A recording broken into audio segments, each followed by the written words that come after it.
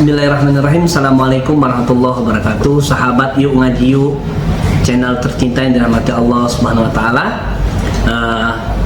Kali ini kami kembali akan mengangkat sebuah berita di portal islam.id.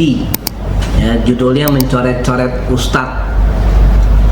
Ya, jadi ini ada sebuah poster yang isinya beberapa ustadz yang sama-sama insya Allah kita kenal. Terus dikasih caption ya, tulisan ustadz-ustadz subahat yang tidak boleh diambil ilmunya. Ya, ini luar biasa nih. Ya, ini ada kita angkat di portal islam.id. Ya, mencoret-coret ustadz, ngajakin jangan ambil ilmunya. Lalu siapa tong? Giliran dibilang pemegang kunci surga nggak terima, tapi gawenya nyoret-nyoretin foto ustadz. Pakai ngajak-ngajak biar nggak ambil ilmu dari mereka. Intinya ustadz-ustadz di dalam foto ini begitu besar kontribusi mereka kepada umat, ya, khususnya kepada dakwah Islam di Indonesia. Ya, kontribusi mereka untuk kebaikan umat. Nah, kita ini siapa sih sebenarnya? Apa kontribusi amal kita untuk negeri dan kaum muslimin? Tapi ya sudahlah, setiap postingan pasti kelak kami akan dimintai pertanggungjawaban dari Allah Subhanahu wa taala, oleh Allah Subhanahu wa taala. Ya, ini tulisannya Kak Oksa. Lalu apakah ustadz-ustadz ini memang tidak layak untuk diambil ilmunya? Mari kita tanya ke Ustadz Daniel Barkah. Ini jawabannya.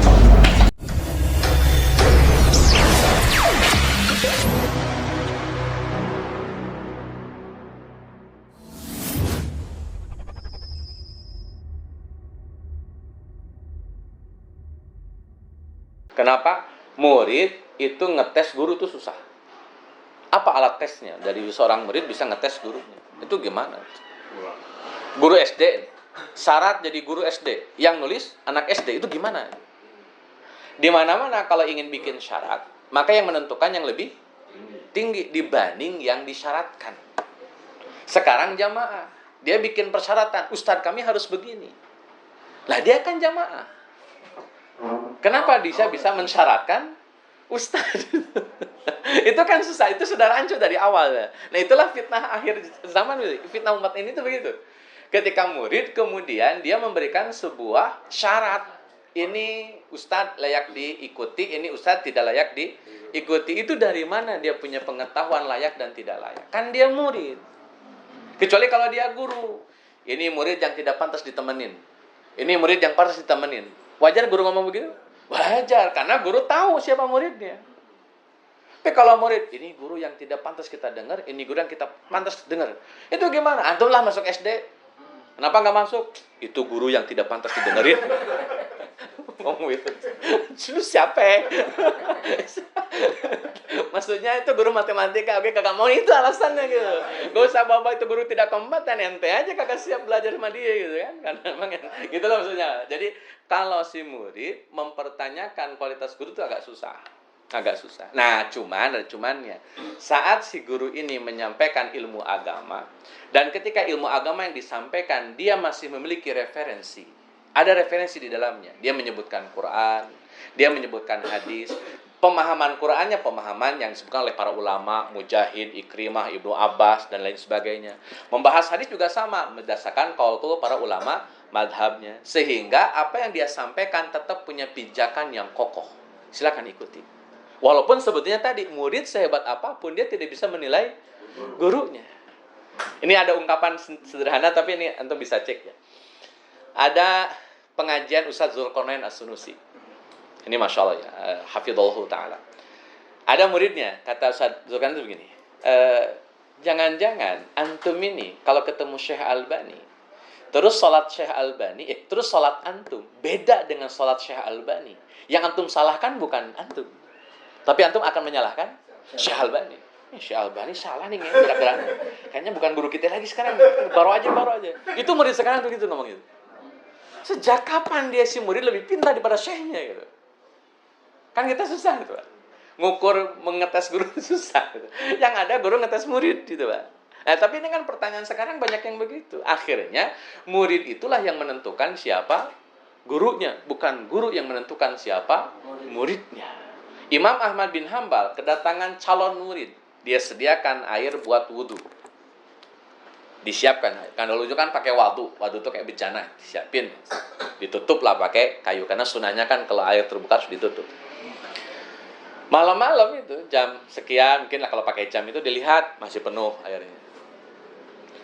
Agak-agak menjelang subuh masih penuh. Sampai adzan subuh berkumandang, baru kemudian orang-orang pada turun. Kesimpulannya Imam Ahmad menyatakan bahwa ini orang-orang yang jadi calon murid dia tidak tahajud. Beres salat subuh disuruh pulang sama Imam Ahmad. Kalian pulang.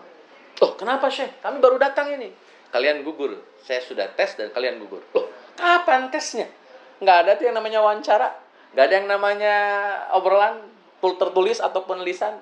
Kata Imam Ahmad, ente nggak sholat malam. Kelas. Dan itu dicek.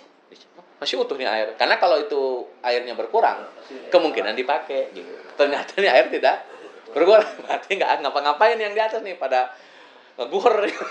Maka oleh mana ditolak? Itu guru ngetes murid. Jangan dibalik. Nah, maka nanti kaidahnya kalau kita nih sebagai awam, sebagai murid, ketika guru sudah berbicara tentang Al-Quran, sudah berbicara tentang hadis, selama masih punya referensi ulama, maka kita akan cukupkan mendengarkan. Kalau ternyata ada khilaf dan si kiai atau si guru menjelaskan, alhamdulillah. Walaupun kadang-kadang sekarang ustaz itu tidak mau menjelaskan tentang khilafnya. Padahal ini masalah khilaf. Dia bilang ini sudah ijma para ulama. Padahal itu masih khilaf. Nah, itu persoalan ustaz-ustaz sekarang itu. Karena dia sudah punya afiliasi duluan, sehingga tidak lagi mau membahas khilafnya. Dia akan membahas apa yang dia sudah pahami. Itu persoalannya. Padahal sebagai seorang yang alim, dia punya kewajiban ilmiah menjelaskan duduk permasalahan yang sedang dihadapi oleh umat, antara yang pro dengan yang kontra. Walaupun di akhir si ustadz bilang, saya sih lebih cenderung itu sah-sah saja. Tapi jelaskan dulu duduk persoalannya, jangan sampai si umat tidak paham. Ujuk-ujuk haram. Kata umat, ini kata Quran Sunnah. Padahal kata ustadz itu persoalan. Dan itu belum tentu berdasarkan pemahaman Quran Sunnah yang benar. Itu baru pemahaman ustadz terhadap Quran dan Sunnah. Itu persoalan sekarang. Jadi perlunya ada analisa dari seorang murid, walaupun tadi susah ya, sebenarnya sudah susah, tapi ya katakanlah untuk konteks sekarang daripada tidak sama sekali, silakan cek kalau masih yang disampaikannya Quran, Sunnah, dan masih punya referensi para ulama, selesai. Kita cukupkan dengan itu. Walaupun kemudian ini dikatakan jelek oleh yang sebelah atau yang segala macam, tapi pasti dengerin kok masih ada Qurannya, masih ada Sunnahnya, masih punya kaidah-kaidah yang menurut kita ini aman-aman saja, selesai. Tidak harus kemudian mempertajam atau memperburuk keadaan. Kalau memang mau dengarkan, dengarkan. Kalau tidak, ya sudah, tinggalkan saja. Labas saja, nggak ada masalah. Ini terakhir. Dalam Al-Quran surat Az-Zumar ayat 18 ada kalimat, alladzina yastami'unal qaul. Dan orang-orang yang mendengarkan beberapa qaul, beberapa ucapan, fayattabi'una ahsana. Maka dia akan mengikuti yang paling bagus ucapannya. Tugas kita sebagai seorang murid adalah menganalisa. Ustadz A ngomongnya A, Ustadz B ngomongnya B, Ustadz C ngomongnya C. Yang benar yang mana? Analisa. Fayattabi'una ahsana. Ikuti yang paling baik. Itu kaidahnya. Dan itu melatih supaya kita bisa berpikir lebih analistik. Ini kayaknya nih Ustadz ini agak lemah. Yang ini Jadi biar kita juga berpikir, kayaknya nggak pas ini gitu. Kan kita pastikan tidak semua ustadz itu pas dengan kita semua. Nggak mungkin bang, ada ustadz pokoknya kalau ustadz ini cocok semuanya, saat dari jatuh, nggak mungkin. Pasti ada bedanya dengan kita, pasti itu. Jadi jangan terlalu berharap banyak dengan ustadz, karena ustadz juga manusia.